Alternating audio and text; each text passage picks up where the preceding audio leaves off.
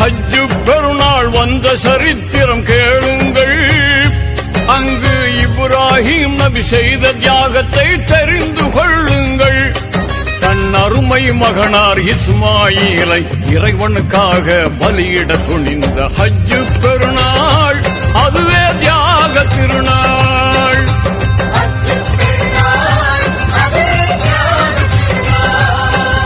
ஒரு நாள் இரவு நபி இப்ராஹிம் உன்னத கனவு கண்டார்கள். அருமை மகனார் இஸ்மாயிலை அறுத்து பலியிட உணர்ந்தார்கள்.